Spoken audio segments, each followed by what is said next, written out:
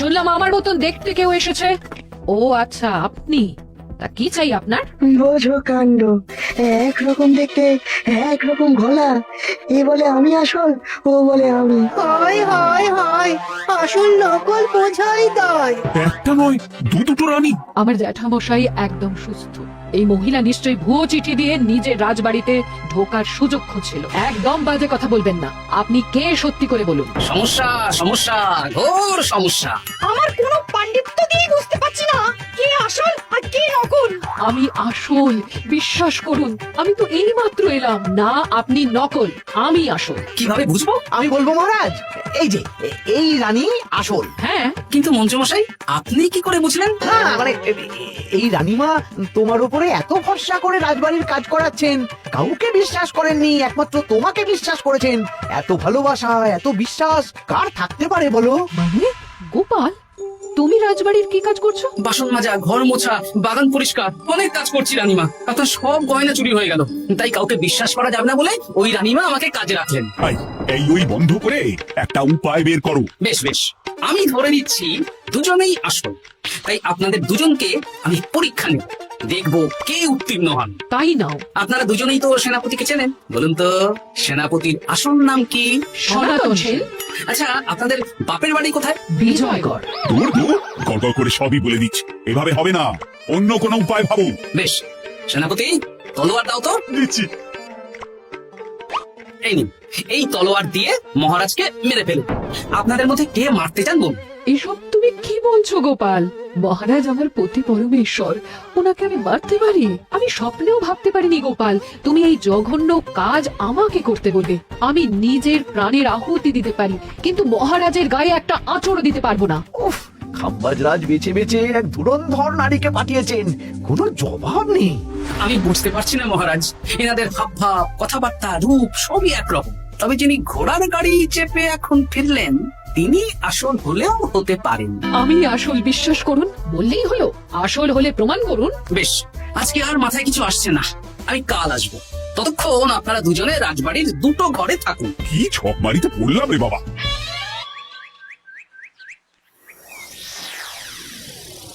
ললনা একদম তৈরি হয়ে এসেছে।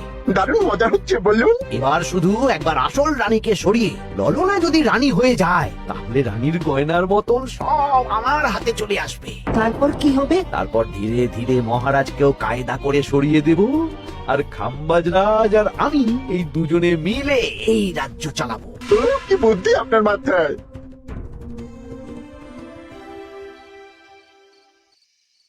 বলছি শোনো না, আমার শাড়িটা একটু ছিঁড়ে গেছে গো। তুমি বাজার থেকে কালকে আমার জন্য একটা শাড়ি নিয়ে আসতে পারবে? হ্যাঁ, আচ্ছা বেশ, নিয়ে আসবো শাড়ি। শাড়ি শাড়ি শাড়ি, এই তো মাথায় বুদ্ধি এসেছে। কাল নয়, আজকেই। গোপাল, তুমি কিছু ভাবতে পারলে? মহারাজ, আপনার দুই রানীকে ডাকুন। আমার তো একটাই রানী। ওই হলো মহারাজ, আসল নকল দুজনকেই ডাকুন। কই গো, একটু বাইরে এসো।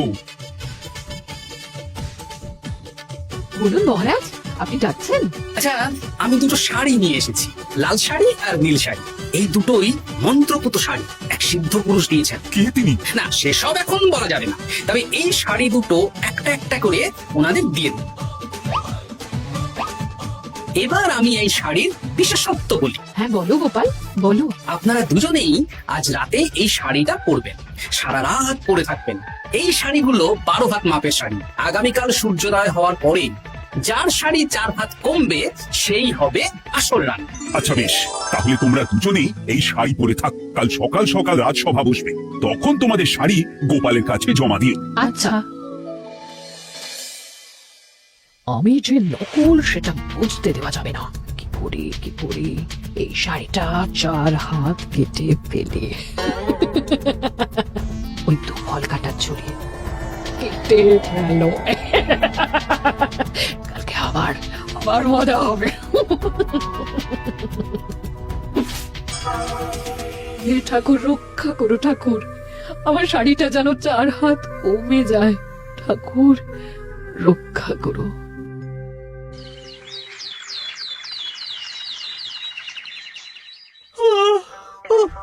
এত সকাল সকাল রাজসভা দূর, ভালো করে ঘুমটাও হলো না। আমি তো ঘুমোইনি, চিন্তায় ঘুমই আসেনি। কই গো, তোমরা এসো। এই নিন আমার শাড়ি, এবার মেপে দেখুন এটা 4 হাত কমে গেছে। এই দেখুন মহারাজ, বিশ্বাস করুন আমি আসল, কিন্তু এই শাড়িটা সারা রাত পরে থাকা সত্ত্বেও 4 হাত তো দূর, 4 আঙুলও কমেনি। লাল শাড়িটাই ছোট মনে হচ্ছে। তাহলে তুমি আসল। উফ, বাবা বাঁচা গেল। আয়, কে আছো? এই নকল রানীকে কারাগারে বন্দি করো। দাঁড়ান মহারাজ, বন্দি করতে হলে যার শাড়ি 4 হাত কমে গেছে তাকে বন্দি করুন। কেন? আমার শাড়ি তো 4 হাত কমে গেছে, শর্ত অনুযায়ী যে আসল তার শাড়ি তো 4 হাত কমবে। না, আপনি ধরা পড়ে গেছেন নতুন রানীমা। এগুলো কোনো মন্ত্রপুত শাড়ি নয়, এগুলো আমার পরিকল্পনার প্যাচ। আপনি নিশ্চয়ই নিজেকে আসল প্রমাণ করার জন্য শাড়িটা কেটেছেন। না মানে, না না না, তাহলে কমলো কি করে? না মানে হয়ে গেল। সত্যি গোপাল, তোমার বুদ্ধির জবাব নেই। গোপাল, তুমি আমাকে বাঁচালে। এই যে নতুন রানীমা, চুপ করে কেন? ওকে আমি কারাগারে গিয়ে বেত মারছি, তাহলেই সব বলবে। বল, কে তুই বল? আসলে মানে আমার নাম ললনা, আমি যাত্রাপালা করি, অনেক রকম গলায় কথা বলতে পারি। কদিন আগে খাম্বাজ রাজ আর এই মন্ত্রী মশাই